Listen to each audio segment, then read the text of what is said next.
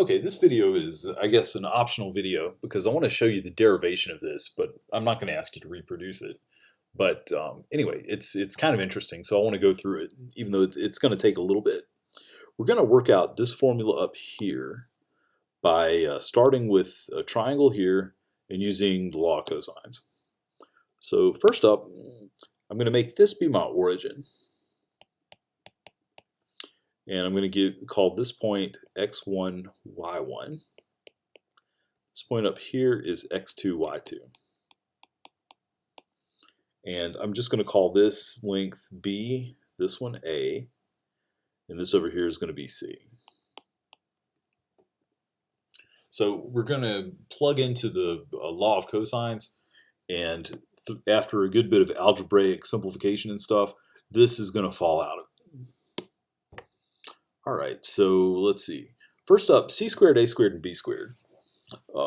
Let's see. C here, that's the distance between these 2 points here and here. So c is going to be the square root of x2 minus x1 squared plus y2 minus y1 squared. All right, b is the square root of x1 squared plus y1 squared. That's doing the distance formula again, but the thing we're subtracting off are zeros. And then we're going to do the same thing up here for a. A is going to be, let's see, a is the square root of x squared, or x2 squared, is y2 squared. All right, so let's take this and plug into this guy over here. So c squared is going to be x1 minus x2 squared.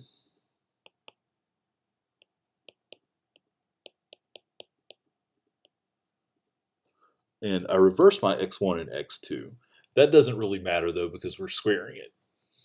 All right, so we get that is equal to a squared plus b squared. So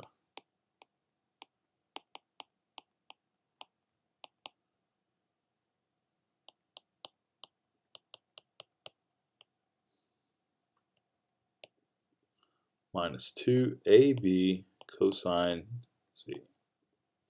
All right. And c here, I guess we'll call that theta for the angle.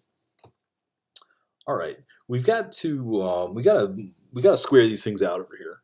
So this will give us x1 squared minus 2x1 x2 plus x2 squared plus y2 squared minus 2y1 y2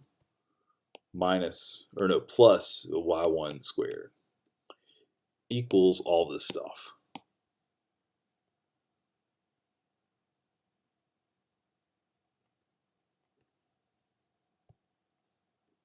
Okay, I'm having technical difficulties. Duplicate, that's what I want to do. That's equal to all this. I'm running out of space. Yeah, that's good enough there. All right, so let's start canceling things that we can. On this side, we've got an x1 squared. We've got an x2 squared. We've got a y1 squared and a y2 squared. I marked those off in the wrong order, but we've got that. So let's look at what's left over. You've got minus 2x1 x2 minus 2y1 y2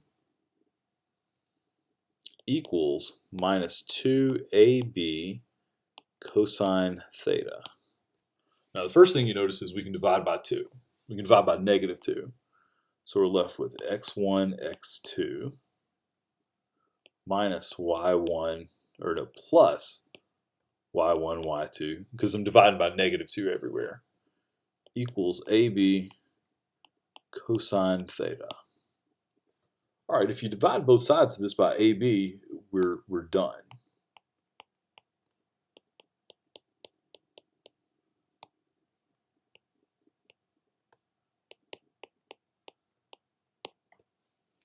So we get that. And notice this up here.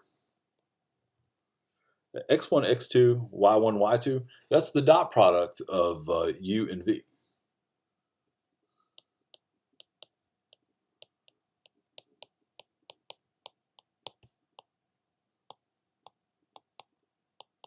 Because u was x1, y1,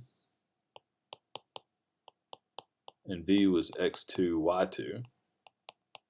If you take their dot product, you get x1 times x2 plus y1 times y2. So that top part is u dot v, and the bottom, a and b. Remember from the way we defined this stuff, a was just the length of v, and b was just the length of u.